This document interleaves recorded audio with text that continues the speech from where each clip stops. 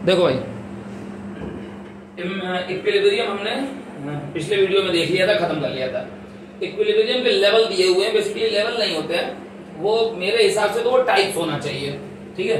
जैसे बुक में इसको लिखा हुआ है लेवल ऑफ इक्विलिब्रियम, अगर वहां पे थोड़ा सा साफ नहीं दिखाई दे रहा होगा तो मैं ओरली बोल रहा हूँ, उससे समझ लेना। इक्विलिब्रियम कितने तरह का मिलेगा, ठीक है।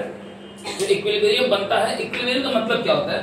इक्विलिब्रियम का मतलब होता है जहां पे एडी किसके बराबर हो, एएस के बराबर हो, वो इक्विलिब्रियम है। मगर एडी एएस के बराबर होने में तीन कंडीशन है। इक्विलिब्रियम होते हैं तीन तरह के। पहला क्या है सर? पहला क्या लिखा हुआ है बोर्ड पे? फुल एम्प्लॉयमेंट इक्विलिब्रियम, ठीक है। यानी कि इक्विलिब्रियम जो है वो किसके बराबर होगा? फुल एम्प्लॉयमेंट इक्विलिब्रियम का मतलब क्या है? अभी अच्छा तुमने एक और चीज पढ़ी थी ना, x anti demand, x post, x anti demand saving, तो एक्चुअल को क्या बोलते हैं? एक्स एंटी किसे कहते थे?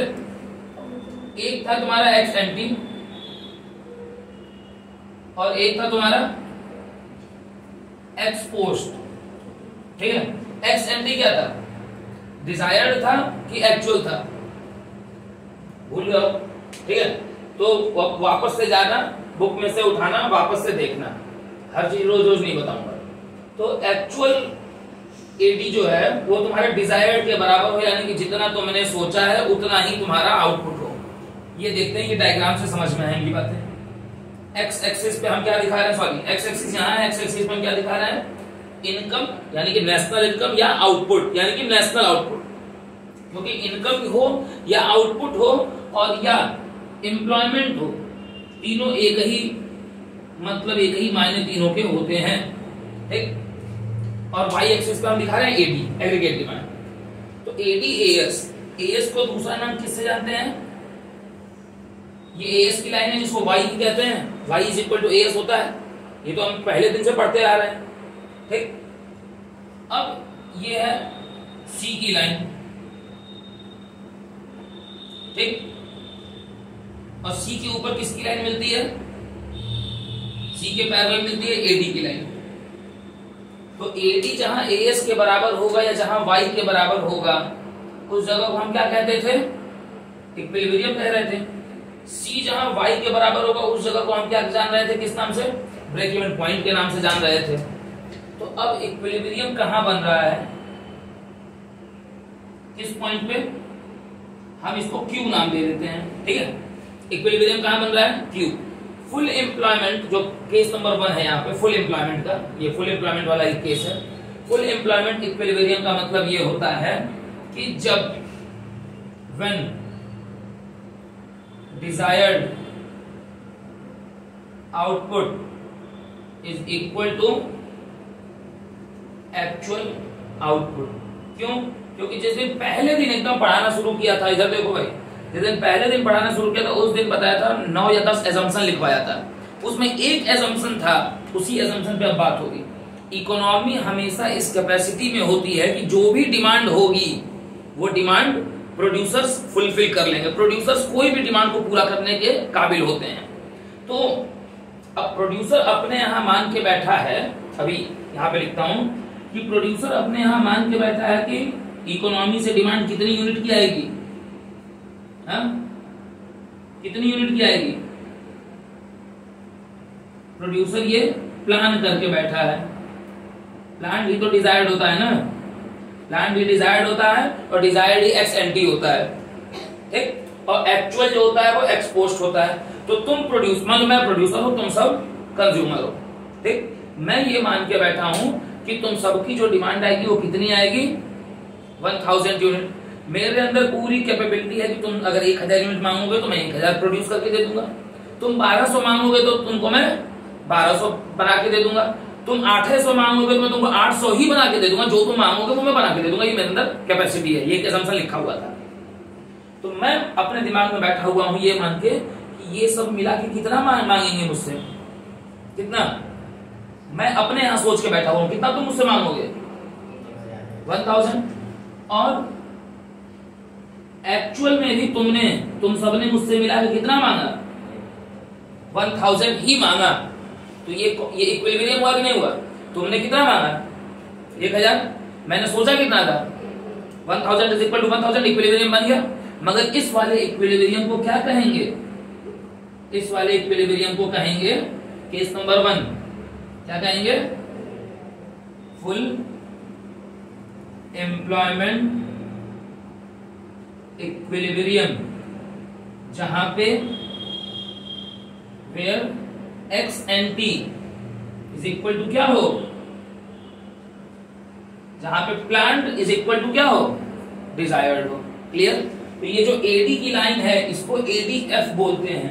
ये एडी फुल एम्प्लॉयमेंट पे है। एम्प्लॉयमेंट की भी कहानी पढ़ा चुका हूं। इकोनॉमी में हमेशा एम्प्लॉयमेंट होता है, इकोनॉमी में अनएम्प्लॉयमेंट नाम की कोई थियरी नहीं होती है। ठीक। वॉलेंट्री अनएम्प्लॉयमेंट हो सकता है, इनवॉलेंट्री अनएम्प्लॉयमेंट इकोनॉमी में कभी नहीं होता है, बता चुका हूं। आप अपनी इच्छा से बेरोजगार रहेंगे, ठीक है। सिस्टम के द्वारा ऐसा कभी नहीं होगा कि तुम काम खोजने जाओ तुमको काम ही ना मिले। हो सकता है कि जो तुम काम खोजने जाओ वो वाला ना मिले, मगर कुछ तो काम मिल जाएगा कि जिससे तुम्हारी रोजी रोटी चल सकती है। तो एम्प्लॉयमेंट हमेशा होता है, अनएम्प्लॉयमेंट नाम की कोई भी चीज नहीं होती है। इसको किस नाम से रिप्रेजेंट करते हैं, ADF, aggregate demanded full employment, यानी कि जितना मैंने सोचा था उतना ही तुमने मांगा। तो इक्विलिब्रियम कहां बना, किस पॉइंट पे बना, A B C D E कहां बना, ई पर बना। फंडा clear. Point number 1, where actual is equal to desired, यहां लिख भी दिया है, where desired output is equal to actual output, जितना मैंने सोचा था उतना ही तुमने मांगा है। ठीक है। तो इक्विलिब्रियम बन गया। ये तीनों लिखना, ये लिखना, डायग्राम बनाना और उसके बाद ये लिख लेना। ठीक है। उसके बाद फिर चलेंगे तुमको सेकंड केस बताने। देखो केस नंबर 2 क्या है, अंडर एम्प्लॉयमेंट इक्विलिब्रियम। पहले एक बात एकदम दिमाग में क्लियर बैठा लो किसी कंफ्यूजन के बिना, इक्विलिब्रियम तो यहां भी बनेगा, एडी यहां भी एएस से टच करेगा, बस अंडर एम्प्लॉयमेंट होगा, यानी कि जितना एम्प्लॉयमेंट हो सकता था इकोनॉमी में जिस लेवल पे, उस लेवल पे नहीं है, उससे थोड़ा क्या है, कम है। कम है तो एम्प्लॉयमेंट अगर पूरा है तो 1000 यूनिट बन रही थी, एम्प्लॉयमेंट अगर कम है तो आउटपुट भी कम होगा। पहले यहां पे वो टेबल वैसा ही बनाते हैं। बीइंग एज अ प्रोड्यूसर मैं प्लान करता हूं कि इकोनॉमी जो है वो मुझसे कितने की डिमांड करेगी, 1000 यूनिट की। ये मैं प्लान कर रहा हूं, बोर्ड पे देखते रहो। तुम चूंकि इकोनॉमी में अंडर एम्प्लॉयमेंट आ गया है, थोड़ा एम्प्लॉयमेंट कम हो गया है, ठीक, लोग उतना नहीं कमा पा रहे हैं जितने के लायक हैं, ठीक। तो इकोनॉमी से जो डिमांड आती है, डिमांड मुझे पूरा करना है, जो डिमांड आती है वो कम की आती है। फॉर एग्जांपल मान लो आती है कितने की, 800 यूनिट्स की, ठीक। तो क्या मैं 800 नहीं बना सकता हूं? मैं कितना मान के तैयार था, बैठा हुआ था, 1000 तो मैं मान के बैठा हुआ था, तैयार था। तो अगर तुम 800 मांगोगे तो मैं 800 पूरा नहीं कर पाऊंगा डिमांड तुम्हारी। ऐसे केस को क्या बोलते हैं, यहाँ पे क्या देखने को मिल रहा है, यहाँ पे देखने को मिल रहा है कि प्लान्ड आउटपुट जो है, जो प्लान्ड आउटपुट है वो ग्रेटर देन है किससे, एक्चुअल आउटपुट से, ठीक। यानी कि यहाँ पे देख रहे हैं हम क्या, एक्स एंटी जो है वो ज्यादा है किससे, एक्स पोस्ट से। तो इसका रिजल्ट क्या आ रहा है, इसका रिजल्ट आ रहा है इकोनॉमी किसमें सफर कर रही है, इकोनॉमी में अंडर एम्प्लॉयमेंट। क्या लिखा हुआ है, अंडर एम्प्लॉयमेंट लिखा हुआ है, ठीक। इकोनॉमी में अंडर एम्प्लॉयमेंट इक्विलिब्रियम बन रहा है। इक्विलिब्रियम तो बनेगा मगर कम, यानी कि एडी जो है जो तुमने सोचा था, कौन सा एडी, एडीएफ, प्लान वाला हमेशा एडीएफ माना जाता है। तो एडीएफ जो मैंने सोचा था कि तुम्हारी डिमांड होगी कितने की, 1000 की, वो नहीं हुई। तो एडीएफ हमेशा ग्रेटर होगा किससे, एडीयू से। दिखाता हूं कैसे। ये तुम्हारी एक्स एक्सिस है जिसपे आउटपुट दिखा रहे हैं। हाँ, यहाँ पे ना इसको 1000, ये जो क्यू था ना इसको 1000 लिख दें। मैंने 1000 सोचा, तुमने 1000 मांगा, हिसाब बराबर। यहाँ देखो, अभी इसको देखो, ये आउटपुट है, ये वाई एक्सिस पे एडी हो जाएगा तुम्हारा। ये देखो, ये तुम्हारी चली गई वाई की लाइन, यानी एएस की लाइन। लेकिन ये फ्रेम में आ रहा है ना, वहां पे वाई है, है ना, ठीक है। अब मैंने बोर्ड पे देखते रहो बहुत ध्यान से, मैंने सोचा था कि तुम लोगों की जो डिमांड होगी वो ये होगी ADF। मैंने ये सोचा था कि तुम्हारी डिमांड कहां होगी, यहां होगी, ठीक। मैंने ये इक्विलिब्रियम सोचा था, क्लियर। तो मैं इस सोच में बैठा हुआ था कि तुम लोग कितना मांगोगे, तुम्हारी डिमांड कितनी होगी 1000। AD फुल एम्प्लॉयमेंट पे कितना होगा 1000, क्योंकि इकोनॉमी से मुझे सबक मिल चुका है कि फुल एम्प्लॉयमेंट पे कितना हमेशा होता है 1000 ही होता है। तो मैं 1000 बनाने के लिए तैयार था। एक्चुअल मगर जो आया AD@U या ADU कह लो या इसको ADA कह लो, कोई दिक्कत नहीं है। या तो ADU कह लो अंडर एम्प्लॉयमेंट, या तो ADA कह लो एक्चुअल AD। ये कितना आया, यहां पे इक्विलिब्रियम ये बना, कितने पे बना भाई, मैं सोच के बैठा था इक्विलिब्रियम बनेगा E पर। इक्विलिब्रियम बन कहां रहा है, पहले ही बन जा रहा है E1 पर। मैं सोच के बैठा था कि 800 पे बनेगा, इक्विलिब्रियम बन कहां रहा है, सॉरी मैं सोच के बैठा था इक्विलिब्रियम 1000 पे बनेगा और बन कहां रहा है 800, पहले ही बन जा रहा है ना। इक्विलिब्रियम देखो पहले बन जा रहा है, इक्विलिब्रियम जो है वो नीचे है, प्लांट से नीचे है ना, डायग्राम में दिख रहा है। मैं सोचा था E पे बनेगा, E से पहले ही E1 पे बन गया। मैं सोचा था 1000 पे बनेगा, 1000 से पहले 800 पे बन गया। तो सर साफ साफ आपकी बातों से पता चल रहा है कि 200 यूनिट्स क्या हुई, 200 यूनिट्स ऑफ स्टॉक क्या हुआ।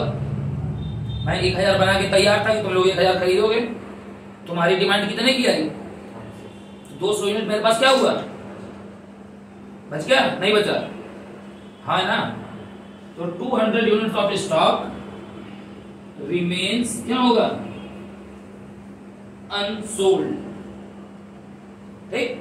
200 यूनिट का स्टॉक क्या हो गया इकोनॉमी में, अनसोल्ड हो गया, बचा रह गया, ठीक। अब एक बात और अभी जान लो, क्योंकि चैप्टर नंबर 9 इसी पे पढ़ना है। अगर ये स्टेट आ गया तो इकोनॉमी के लिए स्टेट बढ़िया है, नहीं बिल्कुल नहीं, ये भी खराब स्टेट है। और अभी आगे वाला तो थर्ड वाला, ये फिर मिटाऊंगा, इसी में थर्ड वाला बनाऊंगा, वो तो पढ़ेंगे ही, ठीक। चलो पहले लिखो फिर उस स्टेट पे बात करते हैं, इसको बनाओ। चलो भाई इधर देखो, सेम पुरानी चीजें हैं, कुछ छोटी छोटी चीजें मिटाऊंगा, खेल खत्म हो जाएगा। कुछ उसमें मिटाऊंगा नहीं मैं। मेरा प्लान हमेशा क्या रहने वाला है 1000 थी पहले केस से है। एक्चुअल अब इसमें क्या हो जाना है ज्यादा, यानी कि मैं सोच के बैठा था कि तुम लोगों की डिमांड कितनी होगी। केस नंबर 1 क्या था, मैं सोच के बैठा था कि तुम 1000 मांगोगे और तुमने मांगा भी कितना 1000, हिसाब बराबर, कोई ऊंच नीच नहीं हुई। केस नंबर 2 मैं सोच के बैठा था कि तुम कितना मांगोगे 1000 और तुमने मांगा कितना, कम मांगा। 200 यूनिट के साथ क्या हुआ, बिक नहीं पाई, इकोनॉमी में बची रहेगी, ठीक है। मैं सोच के बैठा हूं कि तुम कितना मांगोगे 1000 ही, मगर तुमने मांगा कितना ज्यादा, 1200 मांग दिया, ठीक। तो मेरा जो प्लान्ड आउटपुट है वो ग्रेटर देन की जगह क्या हो जाएगा, लेस देन हो जाएगा एक्चुअल से। मैं प्लान करके बैठा हुआ हूं 1000 का, तुम मांग देते हो 1200, एक्चुअल से मेरा कम हो जाता है। तो मेरा एक्स एनटी भी क्या हो जाएगा, लेस देन हो जाएगा। इकोनॉमी में ये घटना कब घटती है, जब अंडर एम्प्लॉयमेंट हो, नहीं अंडर एम्प्लॉयमेंट तो पीछे वाले केस में था। इकोनॉमी में ये घटना कब घटती है, जब क्या हो, थर्ड केस क्या लिखा हुआ है, ओवर द फुल एम्प्लॉयमेंट हो। आप फुल एम्प्लॉयमेंट से भी ज्यादा प्रोड्यूस कर ले, मतलब तुम सबकी प्रोडक्शन कैपेसिटी खाली 1000 थी, मगर इतना इंथुसियास्टिक होके काम किया गया कि तुमने 1200 प्रोड्यूस कर दिया। जरूरत से ज्यादा, क्षमता से ज्यादा प्रोड्यूस तुमने कर दिया। तुम्हारी क्षमता है 10 घंटे काम कर पाने की, तुमने 12 घंटे काम कर दिया, तो प्रोडक्शन ज्यादा हो गया। हम सबकी क्षमता है 10-10 घंटे ही काम कर पाने की, हम सब 12-12 घंटे कर दिए, ठीक है। तो जब ज्यादा काम करेंगे तो प्रोडक्शन भी क्या होगा, ओवर द फुल एम्प्लॉयमेंट। तो एडीएफ क्या हो जाएगा, लेस देन हो जाएगा एडीयू से। अब 200 यूनिट जो ज्यादा बनी है तो इसको क्या लिखेंगे, 200 यूनिट्स ऑफ स्टॉक। मैं सोच के बैठा था, मैंने तैयारी किसकी की थी कि तुम सब 1000 मांगोगे, तो मैंने उतने के हिसाब से इकट्ठा किया हुआ था अपना रिसोर्स। तुम लोगों की डिमांड कितनी हो गई, 1200। मैंने सोच के बैठा था 1000, तुम्हारी डिमांड कितनी हो गई। तो अब मुझे क्या करना पड़ेगा, 200 अभी और मुझे बनाना बाकी है। तो यहाँ पे क्या लिखेंगे, 200 units of stock is yet to produce. ये लिख लो, क्योंकि फिर यही मिटाऊंगा और फिर इस पे डायग्राम बनाऊंगा, ठीक है, इसीलिए।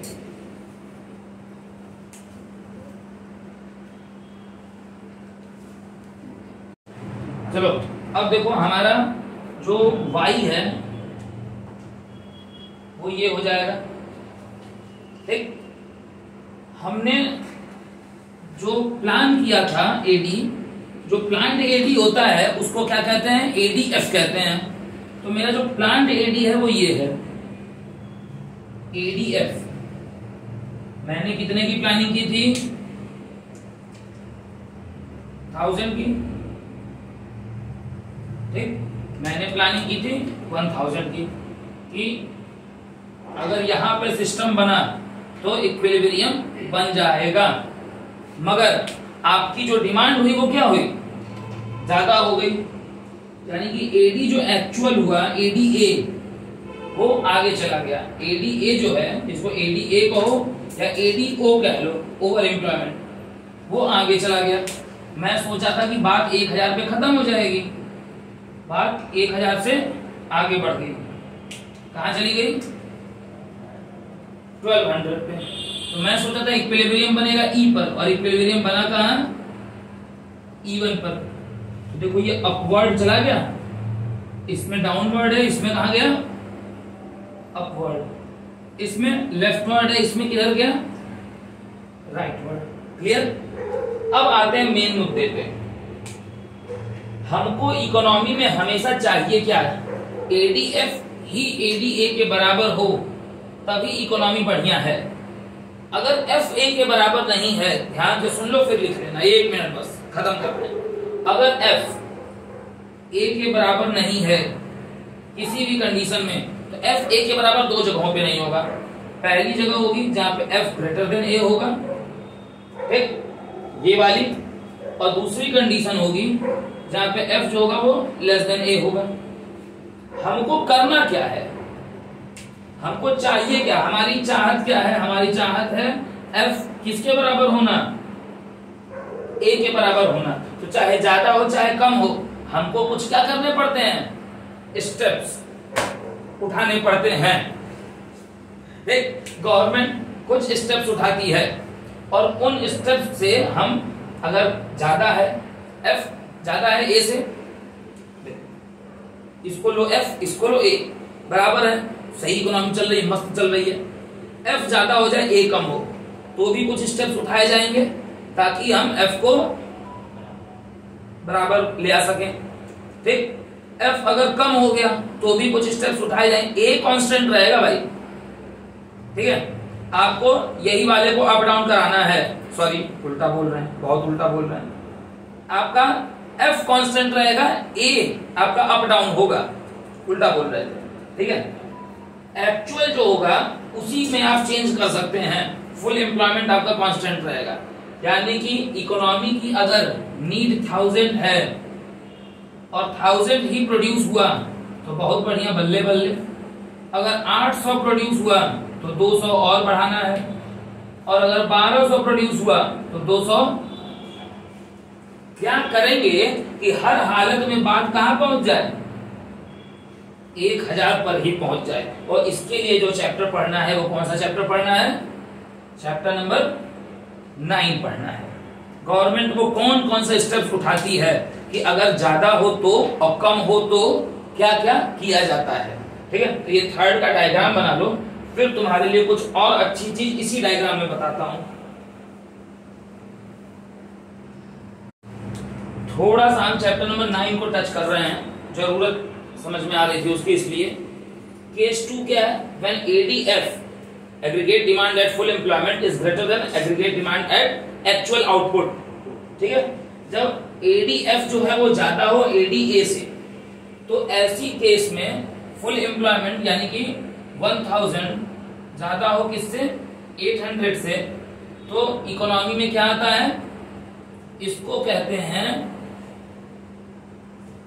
Deficient demand. इसको कौन सा फेज कहते हैं, इकोनॉमी में कौन सा फेज आया, डिफिशिएंट डिमांड। मैं मान के बैठा हुआ था कि तुम लोग कितना मांगोगे, 1000, तुमने मांगा कितना, कम मांगा, क्या है ये, इससे इकोनॉमी में एक तरह का प्रेशर आएगा और उस प्रेशर को कहेंगे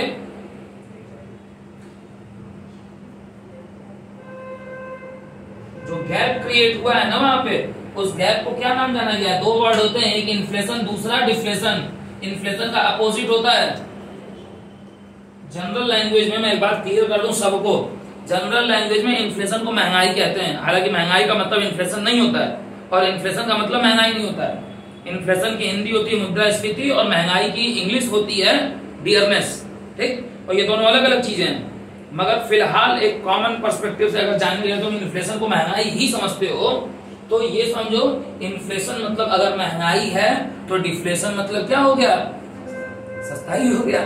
ठीक, यही मान के चलो। ठीक, एक मिनट,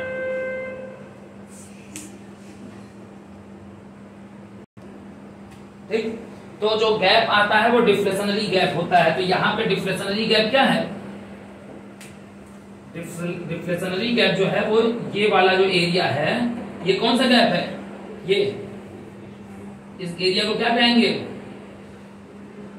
डिफ्लेशनरी गैप कहेंगे।